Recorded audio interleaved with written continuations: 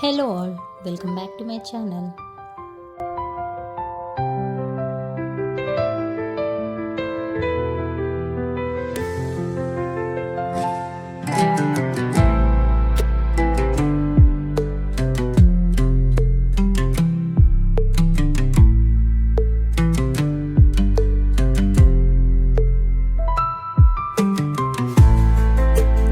ఈ వీడియోలో అయితే మీకు లింబాద్రిగుట్ట చూపిస్తాను. ఈ లింబాద్రిగుట్ట నిజామాబాద్ నుండి 53 కిలోమీటర్స్ దూరంలో భీమ్గల్ అనే ఊర్లో ఉంది. ఈ లింబాద్రిగుట్టను పాత పేరేమో నింబాచలం ఆర్ నింబాద్రి అని కూడా అంటారనమాట. రాను రాను అది లింబాద్రిగుట్టగా మారిపోయింది. అసలు ఈ లింబాద్రిగుట్టకి ఈ నింబాచలం ఆర్ నింబాద్రి అనే పేరు ఎట్లా వచ్చింది అంటే, పురాణాల ప్రకారం చూస్తే అయితే ఇక్కడ ఒక పెద్ద వేప చెట్టు, అంటే చాలా పెద్దగా సమృద్ధిగా పెరిగిన వేప చెట్టు ఒకటి ఉండేదంట. ఆ చెట్టు పేరు మీద నుంచి నింబాద్రి అనే పేరు వచ్చిందని చెప్తారు. నింబా అంటే వేప చెట్టు, ఆద్రి అంటే కొండ. ఈ లింబాద్రి గుట్టకి ఇంకో స్పెషల్ నేమ్ కూడా ఉంది. అదే దక్షిణ బద్రీనాథ్ అని కూడా పిలుస్తారనమాట.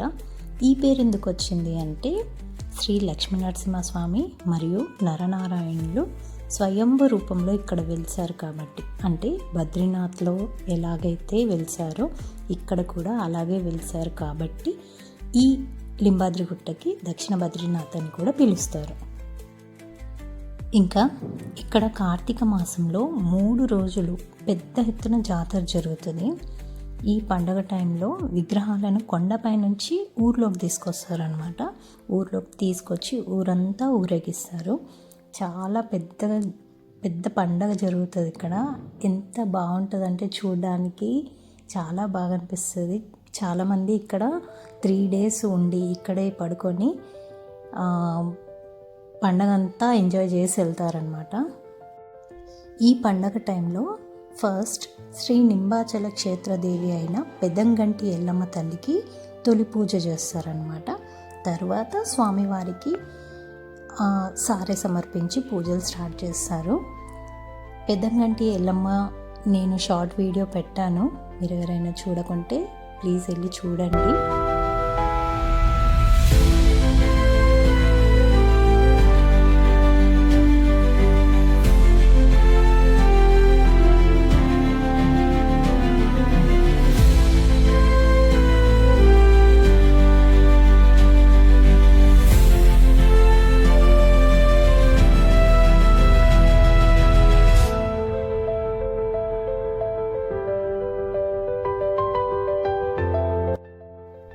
ఈ టెంపుల్ గురించి నాకు తెలిసిన కొద్ది ఇన్ఫర్మేషన్ ఇది. మీకు ఎవరికైనా ఇంకా ఇన్ఫర్మేషన్ తెలిస్తే ప్లీజ్ నాకు చెప్పండి కామెంట్లో, నేను తెలుసుకుంటాను.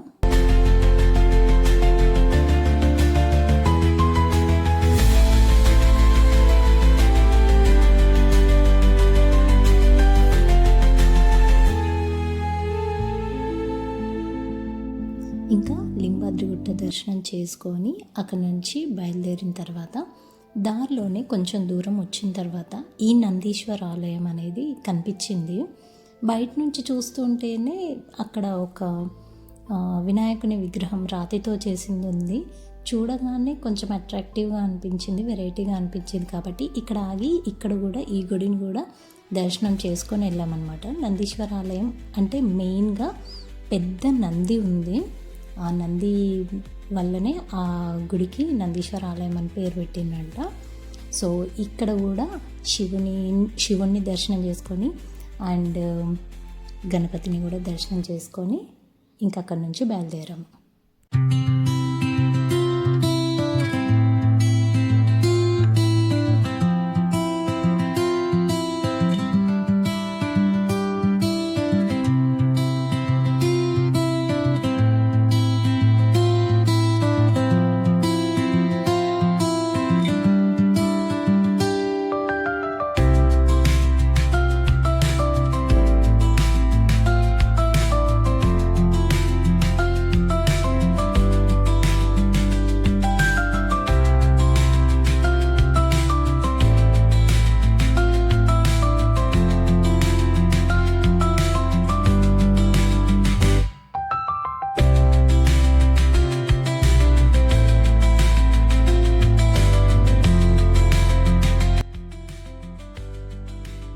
ఈ గుళ్ళోకి రాగానే ఫస్ట్ మనకి వినాయకుడు దర్శనమిస్తాడు. దాని తర్వాత శివాలయం ఉంటుంది.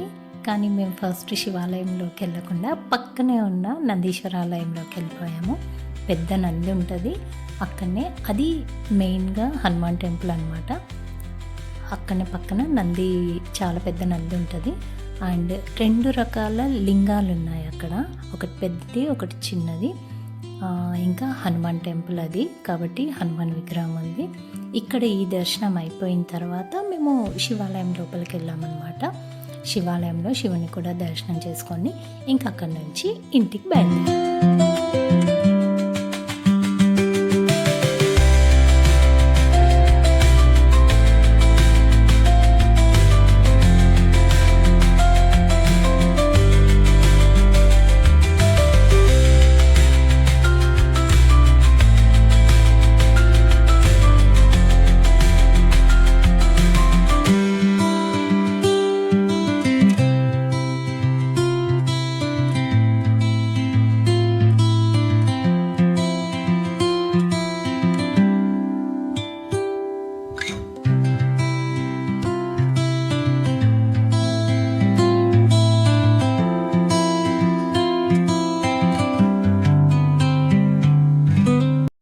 నంది చెవిలో మనం ఏదైనా కోరిక చెప్తే అది డైరెక్ట్గా నంది శివుని దగ్గరికి చేర్చి ఆ కోరిక తీరుస్తాడని నేను మా పిల్లలకి చెప్పాను అనమాట. సో వాళ్ళు కూడా అదే నంది చెవిలో ఏదో చెప్తా ఉన్నారు. ఆ కోరిక ఏంటో నాకు కూడా చెప్పలేదు, ఎందుకంటే చెప్తే తీరదని చెప్పలేదన్నమాట. సో ఇలా కొంచెం ఎంజాయ్ చేసి ఇంకా అక్కడి నుంచి ఇంటికి వెళ్ళిపోయామన్నమాట. సో ఈ చిన్న వీడియో మీకు ఎలా అనిపించిందో కామెంట్ చేసి చెప్పండి. అండ్ ఈ 2 గుళ్ళు ఎంతమంది విజిట్ చేశారో కూడా నాకు చెప్పండి, సో దట్ నాకు అర్థమవుతుంది. సో ఇంకా నెక్స్ట్ వీడియోలో మళ్ళీ కలుసుకుందాం. Until then bye bye.